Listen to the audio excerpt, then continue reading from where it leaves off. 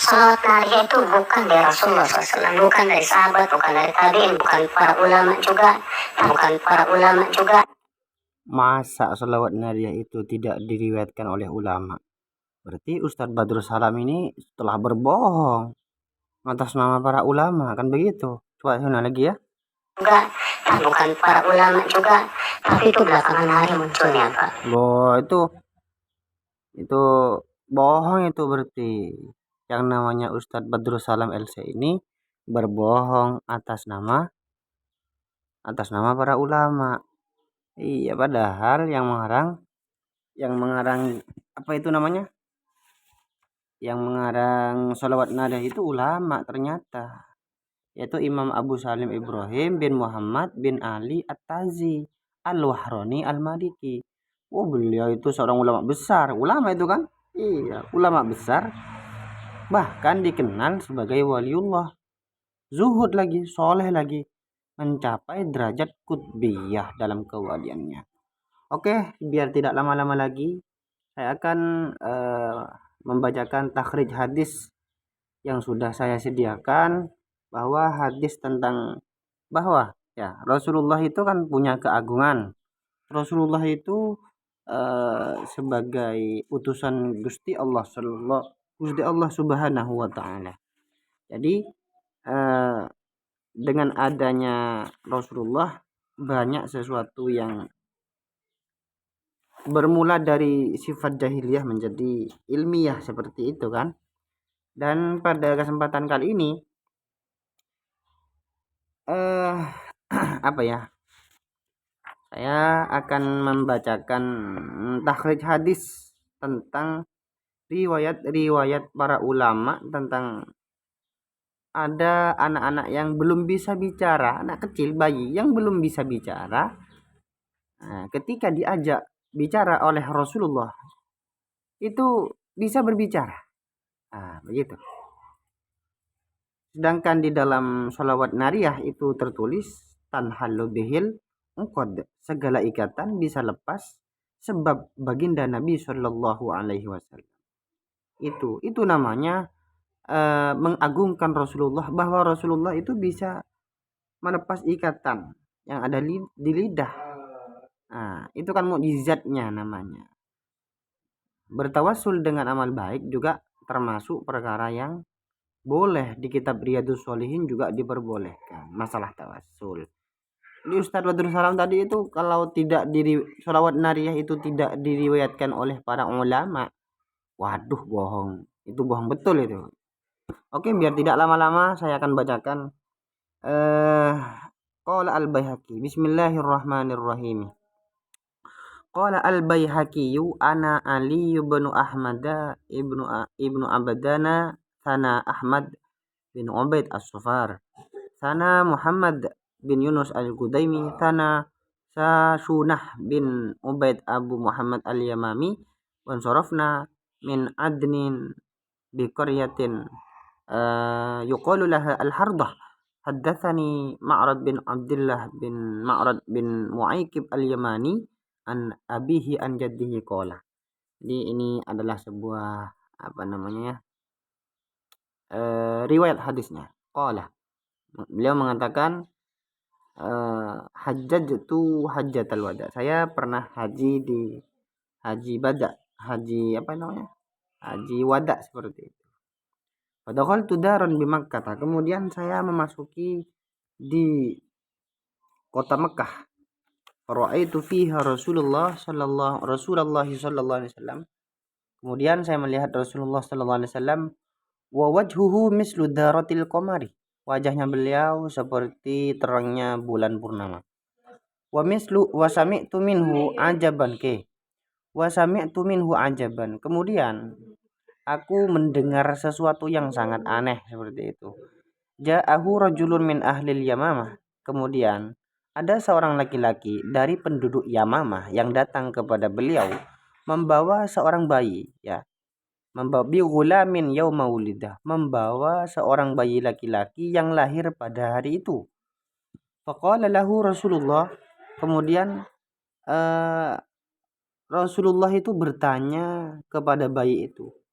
Rasulullah langsung bertanya kepada bayi itu, "Man ana? Siapa aku?" Kata Rasulullah. Bayi itu menjawab, "Anta Rasulullah, engkau adalah Rasulullah." Beliau bersabda, "Kamu benar, semoga Allah memberkati kamu." Sodakta barakallahu fika. Qala, "Thumma innal gulama lam yatakallam ba'da dhalika hatta syabbah." Kemudian Mu'rid tadi mengatakan, kemudian bayi itu tidak berbicara lagi setelah kejadian itu sampai menginjak remaja.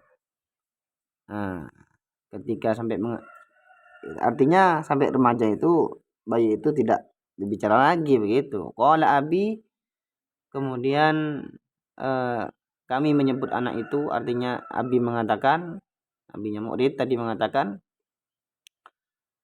fakunna nusammihi mubarakul yamamah. Mubarakal yamamah. Kami menyebut anak itu dengan mubarak yamamah, orang yang dibarokahi dari Yamamah, dari tanah Yamamah. Ini hadis ini diriwayatkan oleh Imam Al-Baihaqi di kitab Dalailun Nubuwah, ya begitu. Ini di kitab Dalailun Nubuwah, dan juga Al-Khatib Al-Baghdadi juga meriwayatkan di dalam kitab Tarikh Baghdad. Abu Nuaim di dalam kitab Ma'rifatis Sahabah. Ibnu Jami' As-Saidawi fi Mu'jamis Suyukh. Ini kitabnya Mu'jamis Suyukh.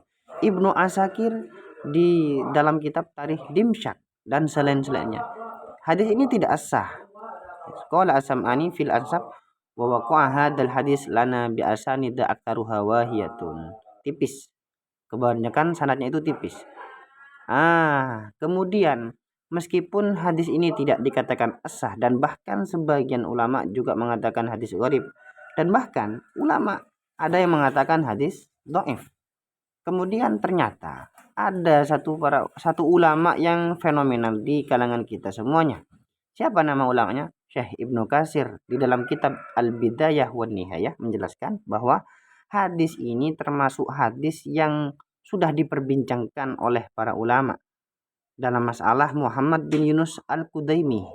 Nah, dengan sebabnya Muhammad Yunus Al-Qudaimi di sini ini diperbincangkan sama para ulama. Wa angkaruhu alaihi, dan kebanyakan para ulama itu mengingkari terhadap Al-Qudaimi. Wastaghrabu shaykhahu hada, dan sampai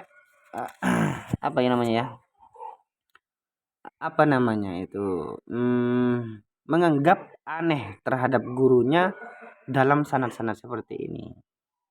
Walaysa hadza, nah ini perhatikan kata-kata beliau, walaysa hadza mimma yunkaru aqlan wala syar'an. Tetapi substansi hadis ini bukanlah sesuatu yang dianggap tertolak di dalam tinjauan akal secara aklan, bahkan tidak pula dalam tinjauan syar'an. Faqad sabata fi sahihi, sebenarnya telah diriwayatkan di dalam Sahih Bukhari, ya. Sahih Bukhari fi qissati Juraj Al-Abid, di dalam kisahnya Juraj Al-Abid yang mengajak berbicara annahu istantaqa ibnatil baghiyih, yang mengajak bicara anak bayi dari wanita pelacur itu. Artinya Rasulullah mengajak bicara. Faqala lahu, kemudian beliau berkata kepada bayi itu, "Hai babus." Ini kalau di riwayat lain ini dikatakan babus, tapi di riwayat ini di Lajnah fatwa di Mesir, ini Mesir apa Arab Saudi ya, ini mengatakan ya Aba Yunus, tapi di kitabnya Syekh Ibnu Al-Hafidz Ibnu Katsir di dalam kitab Al-Bidayah wan Nihayah halaman 60 juz 9 dikatakan, ya babus ibnu man anta, kamu anaknya siapa? Qala ibnu ra'i. Kemudian si bayi sontak menjawab terhadap hal tersebut, aku adalah anaknya seorang pengembala, katanya si bayi. Bayi yang seharusnya tidak bisa bicara ternyata tidak kaku berbicara, menjawab dengan jelas kepada Rasulullah sallallahu alaihi wasallam. Ini hadis sahih, ya. Ini terdapat di dalam hadis sahih. Akhirnya Bani Israel tadi itu fa'alima Banu Israel bara'ata irdi Jurejin mimma kana nusiba ilaihi. Akhirnya Bani Israel itu tahu terbebasnya Jurej dari apa yang dituduhkan kepada beliau. Waqad taqaddama dzalika. Nah, ini menunjukkan apa?